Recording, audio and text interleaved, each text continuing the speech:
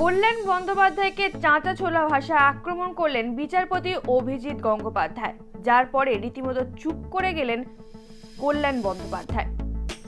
অবশেষে বিজেপিতেই যোগ দিচ্ছেন কলকাতা হাইকোর্টের প্রাক্তন বিচারপতি অভিজিৎ গঙ্গোপাধ্যায়। রাজনীতিতে পা রাখার মুহূর্তেই তৃণমূল সাংসদ কল্যাণ বন্দ্যোপাধ্যায়কে নজিরবিহীন আক্রমণ বিচারপতি গঙ্গোপাধ্যায়। এই দিন সাংবাদিক বৈঠক করে অভিজিৎ গঙ্গোপাধ্যায় বলেন, কল্যাণ বন্দ্যোপাধ্যায় কোন মন্তব্য করার জন্য বিখ্যাত। সম্ভবত তার বেড়ে ওঠার সমস্যা আছে।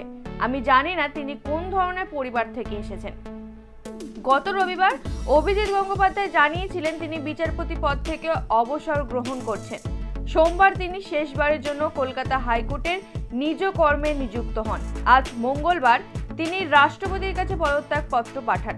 পাল্টা এই দিন কল্যাণ বন্দ্যোপাধ্যায় বলেন, উনি নিশ্চয়ই এই দিন রাজনৈতিক চিন্তা ভাবনা থেকে মামলার নির্দেশ দিয়েছেন। ওর 80% মামলা হয় ডিভিশন বেঞ্চ বা সুপ্রিম কোর্টে গিয়েছে। তার জাজমেন্ট দেওয়ার যোগ্যতাই কোনোদিন ছিল না। উল্লেখ্য, বিচারপতি আসন থেকে সরাসরি রাজনীতির ময়দানে নেমে আসার বিষয়টি নিয়ে কটাক্ষ করেছেন তৃণমূল সাংসদ।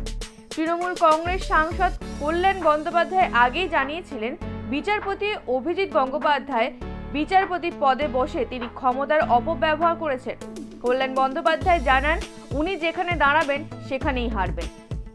কল্যাণ বন্দ্যোপাধ্যায় জানিয়েছিলেন, বিজেপি 2014 থেকে 2024 সাল পর্যন্ত বিচার ব্যবস্থাকে নষ্ট করেছে। প্রলোভন দেখিয়ে বিচারপতিদের কেনার চেষ্টা হয়েছে। তিনি বলেছিলেন, রাজনীতি এত সহজ নয়। এতদিন ওই পদে বসে ক্ষমতার অপব্যবহার হয়েছে। তিনি সাংবাদিক বৈঠক করে তার ভবিষ্যৎ পরিকল্পনার কথা জানান। তিনি যে রাজনীতির জগতে প্রবেশ করছেন সে কথা আগেই জানিয়েছিলেন, তবে শাসক দলে তিনি যোগদান করবেন না সেটাও নিশ্চিত করেন। এই দিন তিনি সাংবাদিক বৈঠক করে জানান, তিনি আপাতত বিজেপিতেই যোগদান করছেন। বিজেপি দলে যোগদানের মত প্রকাশের পরেই শাসক দলকে আক্রমণ শানিয়েছেন বিচারপতি অভিজিৎ গঙ্গোপাধ্যায়। তিনি বলেছেন, শাসক দল আমাকে অনেক অপমানজনক কথা বলেছে। তাদের এই ধরনের মন্তব্য আমাকে এই সিদ্ধান্ত নিতে সাহায্য করেছে।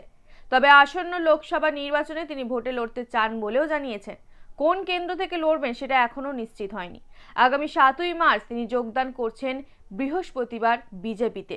বিজেপি শীর্ষ নেতৃত্ব এই ব্যাপারে সিদ্ধান্ত নেবেন বলেই জানিয়ে দিয়েছেন তিনি।